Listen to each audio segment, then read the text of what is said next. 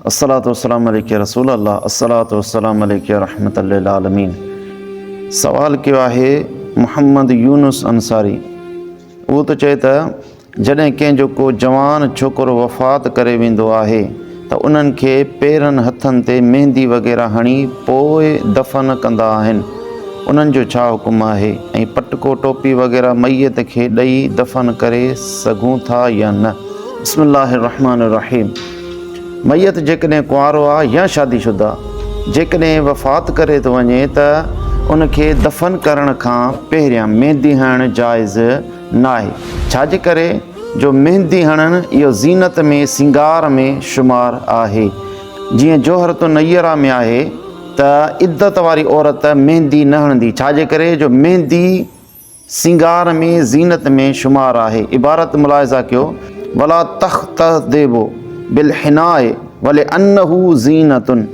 ऐं औरत मेहंदी जो ख़िज़ाब न हणंदी इद्दत जे दौरान। छाजे करे जो वले अन्नहु ज़ीनतुन, इहो बि ज़ीनत में शुमार आहे। मालूम थियो त जेका मेहंदी आहे उहा ज़ीनत ऐं सिंगार में शुमार आहे। ऐं बहरो राइक जे अंदरि आहे वला युसर्रिहु शअरहु व लिहयतहु वला यकुस्सु ज़ुफ़रहु व शअरहु। पाण त फरमाइनि त मैयत जे वारनि खे न कंघी ॾिबी न उन जी ॾाढ़ी खे कंघी ॾिबी। वला यकुस्सु ज़ुफ़रहु, न ई उन जे नीह कटिया वेंदा। व शअरहु, न ई उन जा वार कटिया वेंदा। छाजे करे लिअन्नहा लिज़ीनत, इहे ज़ीनत में शुमार आहिनि। ज़ीनत जे करे इहे शयूं मन थियल आहिनि। वक़द इस्तगना अनहा, ऐं ज़ीनत वारी शयुनि खां बेपरवाह आहे मैयत। उनखे त सिंगार जी ज़रूरत आहे ई न। वज़ाहिरु अन हाज़ा सनीअ ला यजूज़, इन मां ख़बर पई त इहे जेके बि कम आहिनि यानी उहे कम जेके ज़ीनत में शुमार कया था वञनि उहे सभु नाजाइज़ आहिनि। अहिड़े नमूने सां मेहंदी हणण बि ज़ीनत में शुमार थींदो आहे। इन करे मैयत खे मेहंदी हणणु जाइज़ न आहे। रही ॻाल्हि त उनखे पटको पाराईंदा आहिनि या टोपी पाराईंदा आहिनि, छा इहो जाइज़ आहे? इन बाबति अर्ज़ु आहे त उलमा इकराम इन बारे में इख़्तिलाफ़ कया।